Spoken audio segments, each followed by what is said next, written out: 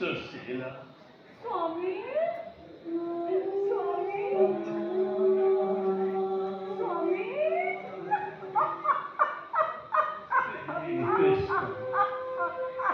Sri Krishna.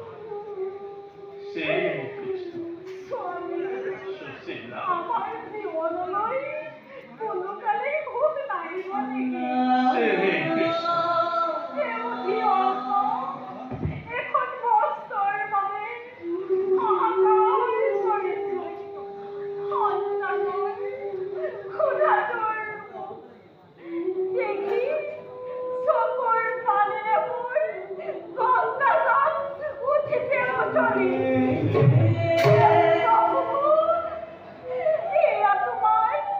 এয়া তোমাৰ কেনে লীলা প্ৰভু।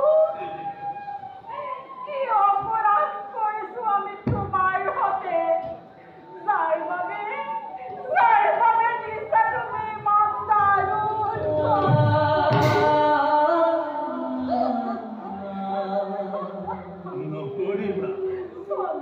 নকৰিবা ক্ৰন্দন প্ৰিয়ে। দেখো যদি অশ্রুধারা তোমার চকুর হৃদয় মোর হয় বিগলিত।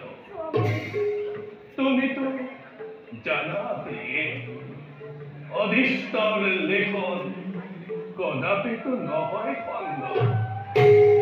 পূৰ্বজন্মৰ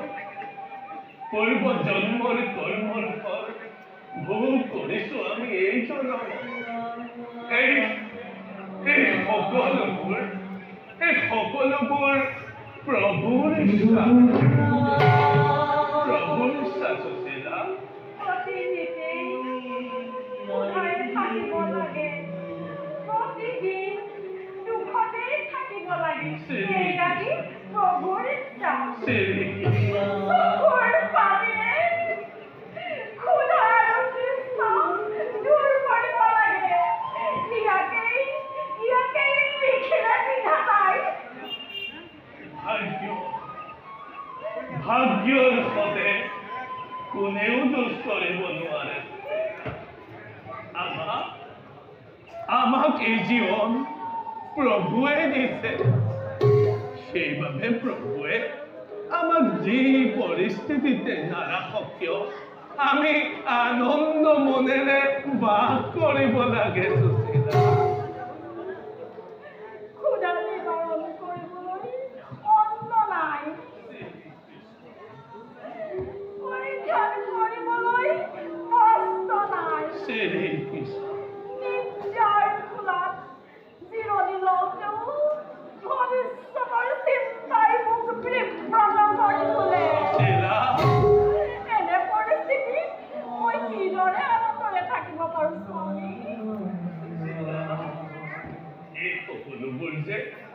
এই সকলোবোৰ যে বিধিৰ লিখন। মাত্ৰ এটা কথাই জানি থোৱা তুমি, এই পৃথিৱীৰ প্ৰত্যেক জীৱই পূৰ্বজন্মৰ কৰ্মৰ ফল ভোগ কৰিবই লাগিব। কিন্তু আমাৰ কৰ্মফল আমাৰ সন্তানে কিয় ভোগ কৰিব?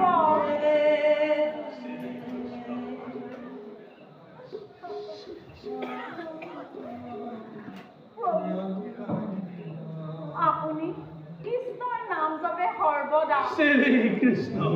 আপুনি কৃষ্ণৰ কাষলৈ গৈ কওক, আমাৰ সকলো দুখ ক্ষীৰ পাতি ল'বলৈ মই প্ৰস্তুত আছো। মাথো আমাৰ দুখ নিবাৰণ কৰক প্ৰভু। নাই সুশীলা, ই অতি সত্য কথা। জগৎপতি কৃষ্ণ মোৰ পৰম মিত্ৰ। শান্তিপতি গুৰুৰ গৃহত একেলগে শিক্ষা লাভ কৰিছিলো আমি। কিন্তু শুদ্ধ স্বাৰ্থৰ লালসা মৃত্যুৰ সন্মুখত দান ভিক্ষা কৰাটো মোৰ ধৰ্মৰ বিৰুদ্ধে।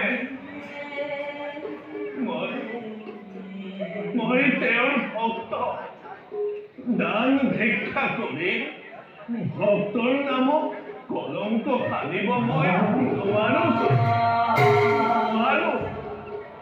পৰম প্ৰভু কৃষ্ণৰ কৃপা লাভ কৰি আমাৰ যেনিবা অকণমান উন্নতি হয়ে তাত আপোনাৰ ক্ষতি কি? নাৰীৰ জীৱনৰ হৃদয়ৰ ব্যথা আপুনি অলপো উপলব্ধি কৰিব নোৱাৰে স্বামী। আপুনি অলপো উপলব্ধি কৰিব নোৱাৰে।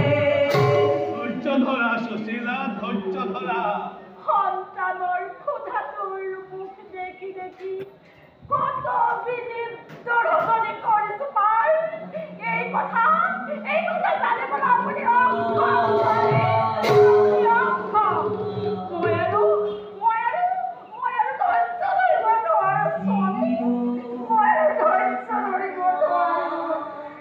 ধৈৰ্য ধৰা প্ৰিয়ে, ধৈৰ্য ধৰা। জাতিত ব্ৰাহ্মণ মই। মোৰ কৰ্তব্য এই মানৱ সমাজক সুশিক্ষা সৎ পথ দেখুওৱা। তেনেস্থলত মই যদি শুদ্ধ স্বাৰ্থৰ লালসা মৃত্যুৰ সন্মুখত দান ভিক্ষা কৰো, ম্লান নহবনে মোৰ ব্ৰাহ্মণ ধৰ্ম?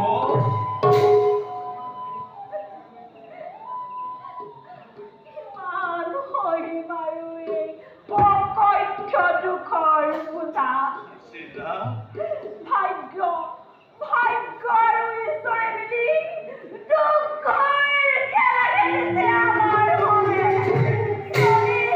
দুখৰ খেলা খেলিছে আমাৰ বাবে।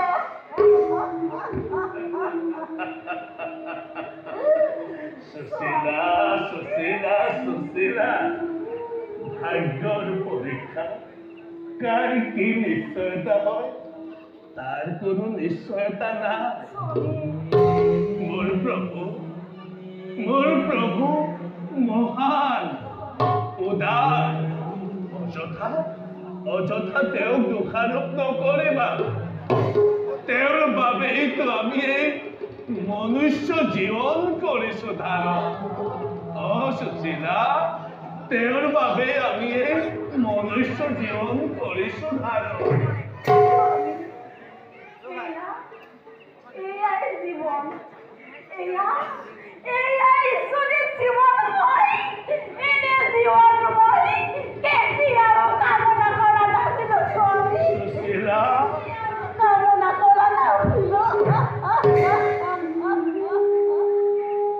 সুশীলা, আমাৰ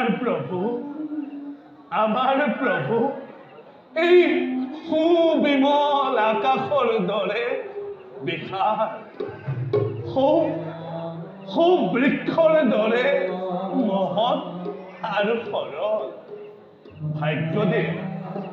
ভাগ্যদেৱী আমাৰ প্ৰতি সুপ্ৰসন্ন নহলে কি কৰিব পাৰো আমি মাটিৰ মানৱে?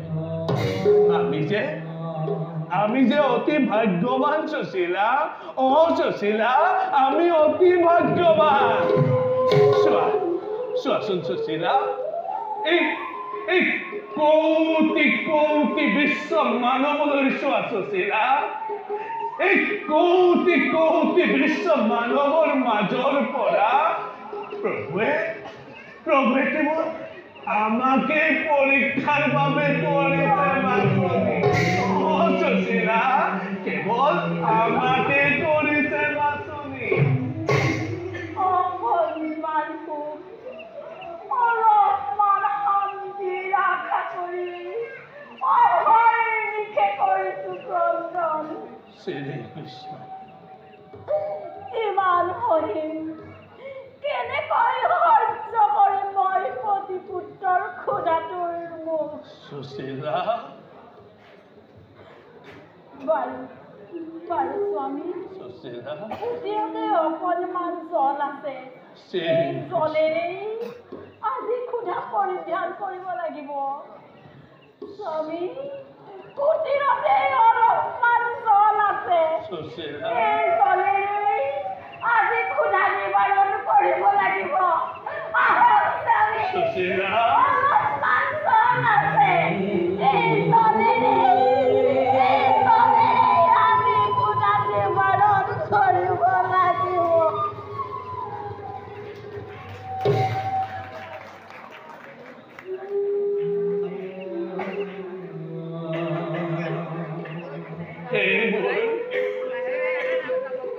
এই মোৰ আৰাধ্য দেৱতা কৃষ্ণ মাধৱ নিতে সহিছো মই পত্নীৰ কান্দোল।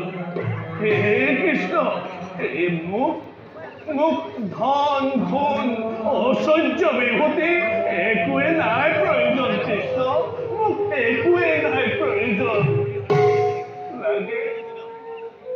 লাগে মাথো তব ৰাতুল চৰণ কৃষ্ণ, লাগে মাথো তব ৰাতুল চৰণ।